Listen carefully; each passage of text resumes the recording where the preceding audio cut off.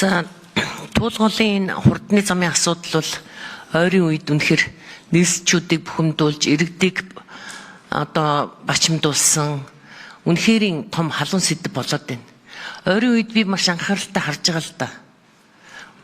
Энэ жагсаал цуглаан хийгээд яваад байгаа энэ туулгын аврыг гэдэг хөдөлгөөнд байгаа залуучууд бол яг өнөөдөр энэ нийслэл хот энэ Монгол улсын ирээдүйн хөгжлийн төлөө санаа сэтгэл нь зовсон гадаадын өндөр хөгжилтэй орнд төгссөн бүр мэрэгжлийн ийм сайхан залуучууд явж байгаа нь харагдаж байгаа юм. Би бүр энэ жагсаалаас өмнө тэдний зарим нь сошиалор мэдхий.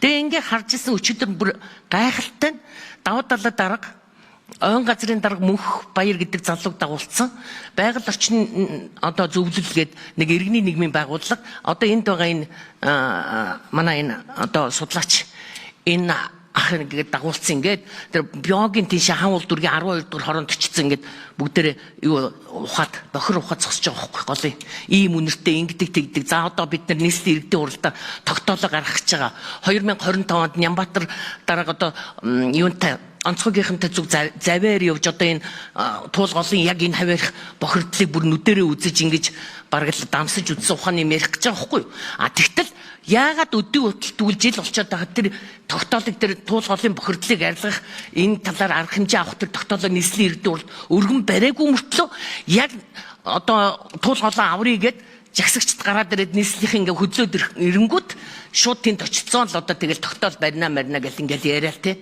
Энэ бол үнэхээр зүү зохистой биш ээ. Би нийслэлийн иргэдийн уралд 12 жил суусан. Үнэхээр таны яг хийж байгаа ажлыг чинь бүр айгүй сайн мэддэг. Та ингээд жагсагчдын яг тэмцэл ингээд нэмэгдээд л те туулголын аврын ийм үндсэлтэй энэ бол ерөөсө төвжирлийг бууруулахгүй энэ бол ерөөсө ийм одоо хөнөөлтөө гэд ингээд яриад тахтал нөгөө талд очицсан л одоо шал өөр эсрэг юм яриад туулголын аврыа гэл. Энэ бол үнэхээр нэг логик биш. Та айгүй тийм хариуцлагагүй муухай харагдаж ирсэн. Хоёрдугаар та энэ жагсаж байгаа залуучууд энэ иргэдийг айгүй үг хэлээд доромжилсан. Бүдүүлэг авирсан, улс төржүүлсэн. Тэгээд нэг хэдэн хүмүүс ингээд би баг нэрийг мэдх юм байгаа ингээд жагсаад худлаа жагсаал хийж ийн гэж ярьсан. Худлаа гэдэг чи юу гэсэн үг вэ? Үнэн жагсаалт үлнээс тэгээд та өргөжөөд ирээд энэ иргэд бүгдээрээ 10-20 мянгаар жагсвал танд одоо ямар юу үзүүлэх вэ? Ярагц үзүүлэх юм бэ.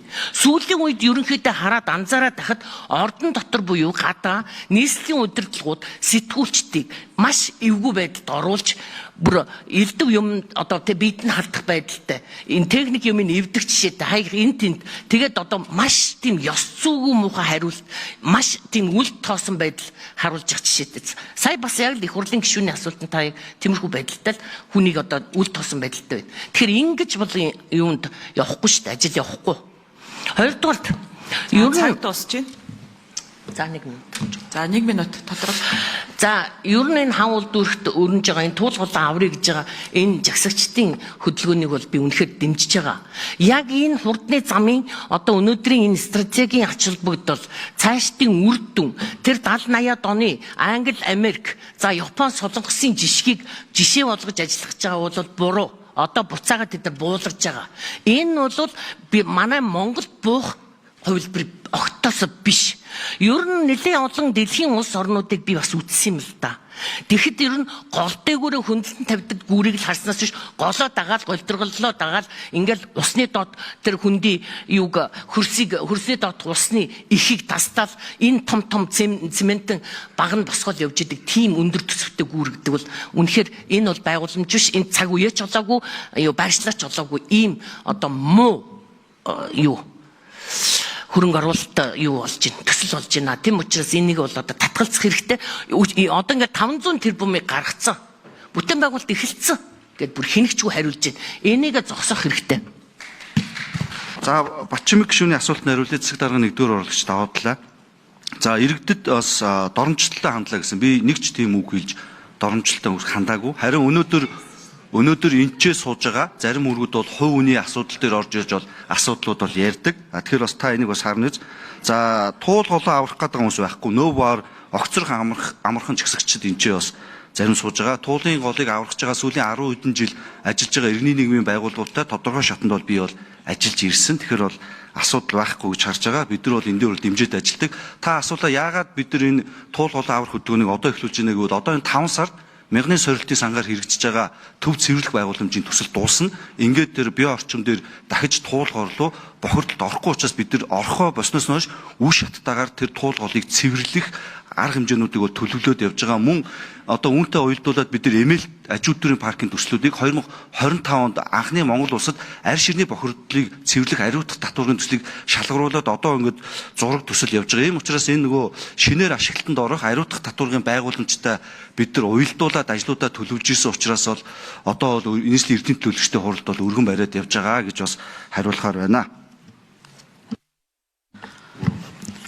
За би сая өөрт чинь микрофон өгдөг нь энэ завшааныг ашиглаад бас энэ хотынхоо амьдрах орчныхоо төлөө тэмцэл өрнүүлж байгаа иргэдээс уучлалт гуйх боломжийг олохыг гэж хүссэн. Харамсалтай нь уучлалт гуйх биш дахиад бас загнуулчих шиг боллоо.